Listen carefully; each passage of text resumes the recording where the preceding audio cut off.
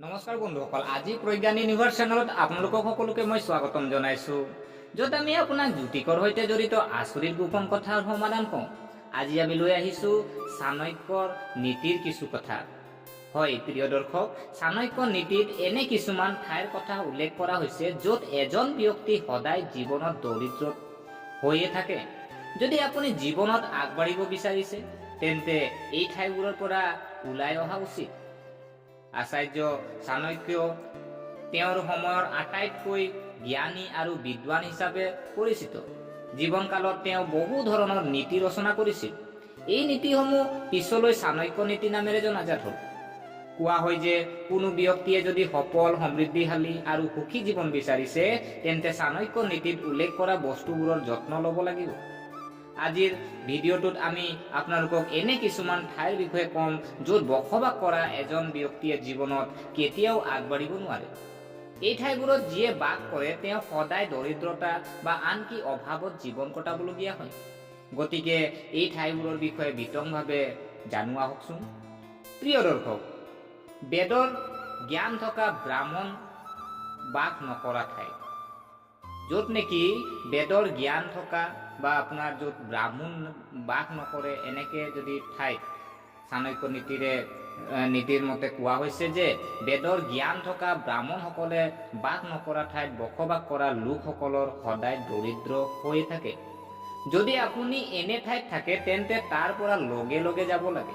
এনে ঠাইত থাকিলে কেতিয়াও আগবাঢ়িব নোৱাৰি। ইয়াৰ পিছত যদি চাণক্য নীতিত আৰু কিছু কথা লিখিছে, য'ত নেকি লিখিছে যে য'ত ব্যৱসায়ীসকল নাথাকে। আচাৰ্য চাণক্যৰ মতে ব্যৱসায়ী বা ব্যৱসায়ৰ কৰা মানুহ নথকা ঠাইত কেতিয়াও বাস কৰা উচিত নহয়। এনে ঠাইত বাস কৰা মানুহে সদায় দৰিদ্ৰতাত জীৱন কটায়। চাণক্য নীতিত আৰু কিছু কথা উল্লেখ কৰা আছে, য'ত কৈছে যে চাণক্য নীতিৰ মতে য'ত কোনো গৌৰৱময় ৰজাই শাসন নকৰে তাতে শাসনৰ ব্যৱস্থা ভাল নহয়। সেই ঠাইবোৰত অৰাজকতা বিয়পি পৰাৰ আশংকা থাকে।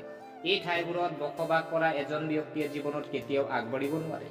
এনে ঠাইত বসবাস কৰা ব্যক্তিয়ে অগ্ৰগতি লাভ কৰিলেও তেওঁৰ সমগ্ৰ সম্পত্তি চুৰি হোৱাৰ আশংকা থাকে। ইয়াৰ পিছত চাণক্য নীতিত সেইটো উল্লেখ কৰা হৈছে যে ডাক্তৰ নথকা ঠাই। আচাৰ্য চাণক্যৰ মতে আপুনি কেতিয়াও এনে ঠাইত থাকিব নালাগে য'ত ওচৰত চিকিৎসক বিচাৰি নাপায়। ইয়াত থকাটো কেতিয়াও উচিত বুলি গণ্য কৰা নহয়। যদি আপুনি যিকোনো ৰোগৰ পৰা মুক্তি পাব বিচাৰিছে তেন্তে আপোনাৰ বাবে চিকিৎসা কৰাটো অতি প্ৰয়োজনীয়, আৰু চিকিৎসক অবিহনে এই কাম কৰাটো সম্ভৱ। আৰু যদি চোৱা হয় চাণক্য নীতিত আৰু এনেকাও কথা উল্লেখ আছে য'ত পানীৰ নাটনি হয়। হয় প্ৰিয় দৰ্শক, চাণক্য নীতিৰ মতে নদী নথকা বা পানীৰ অভাৱ হোৱা ঠাইত কেতিয়াও বাস কৰা উচিত নহয়। নদী বা পানী নোহোৱাকৈ জীয়াই থকাটো বৰ কষ্টকৰ। কেৱল জীৱনৰ বাবেই নহয়, জলসিঞ্চনৰ বাবেও পানীৰ প্ৰয়োজনীয়তা অতি গুৰুত্বপূৰ্ণ হৈ পৰে।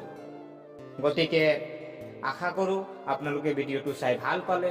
যদি এই ভিডিঅ'ই আপোনাক কিঞ্চিতো মানুহ লাভান্বিত কৰিছে তেনেহ'লে চেনেলটো ছাবস্ক্ৰাইব কৰাৰ লগতে লাইক কমেণ্ট কৰি উৎসাহিত কৰিব বুলি আশা ৰাখিলোঁ।